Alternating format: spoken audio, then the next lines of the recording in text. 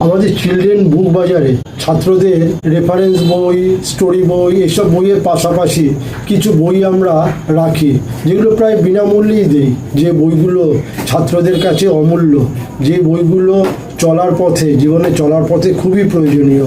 বইগুলো রামকৃষ্ণ সারদা মঠ থেকে প্রকাশিত, উদ্বোধন থেকেও পাবেন।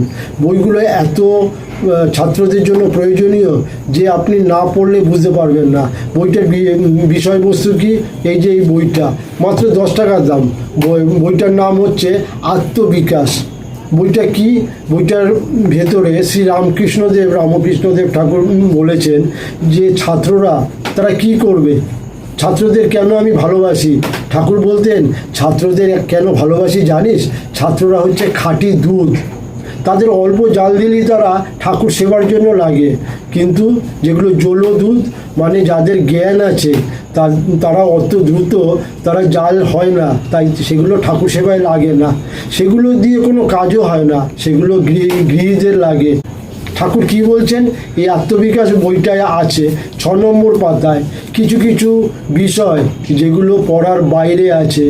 পড়ার বাইরে মানে যেগুলো কোনো সিলেবাসে নেই, মাস্টারমশাইরা বলে না, স্কুলে বলে না, যেগুলো আমাদের নিত্য আমাদের ধারাবাহিক প্রাত্যহিক জীবনে লাগে। সেগুলো কি?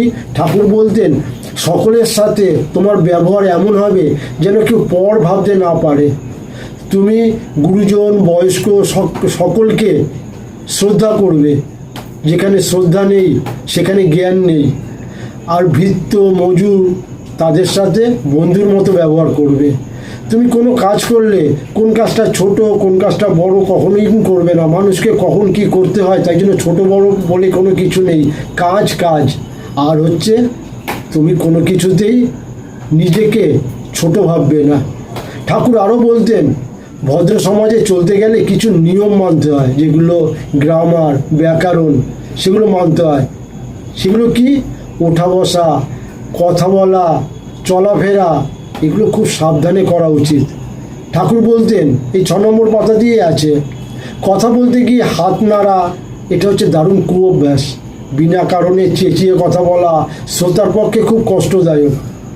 মনে রেখো, কথার ফাঁকে ফাঁকে না বুঝলে তাকে বলে দাও, কিন্তু অযথা বলো না আমি বুঝি বা তাতে সায় দিও না।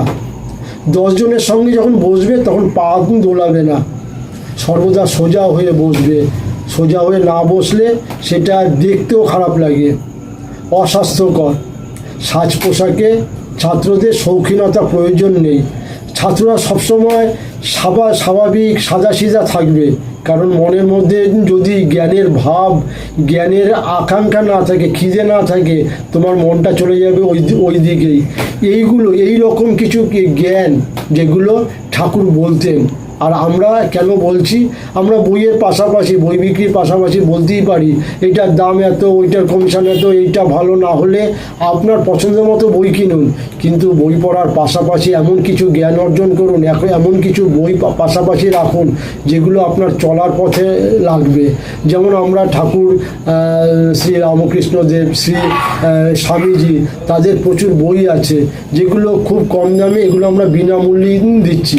একবার আসুন, দেখুন, আপনারা দেখবেন যে অন্যান্য প্রতিষ্ঠানের থেকে আমাদের প্রতিষ্ঠান একটু ব্যতিক্রমী। কারণ ব্যবসার পাশাপাশি ঠাকুর বলতেন যদি সেটা সেবা হয় তাহলেই তোমার কাজটা সার্থক, আর যদি সেটা ব্যবসায়ী হয় তাহলে তুমি মানুষের জন্য কিছুই করলে না। প্রত্যেক দিন এমন কিছু করো যেটা মানুষের উপকারে লাগে।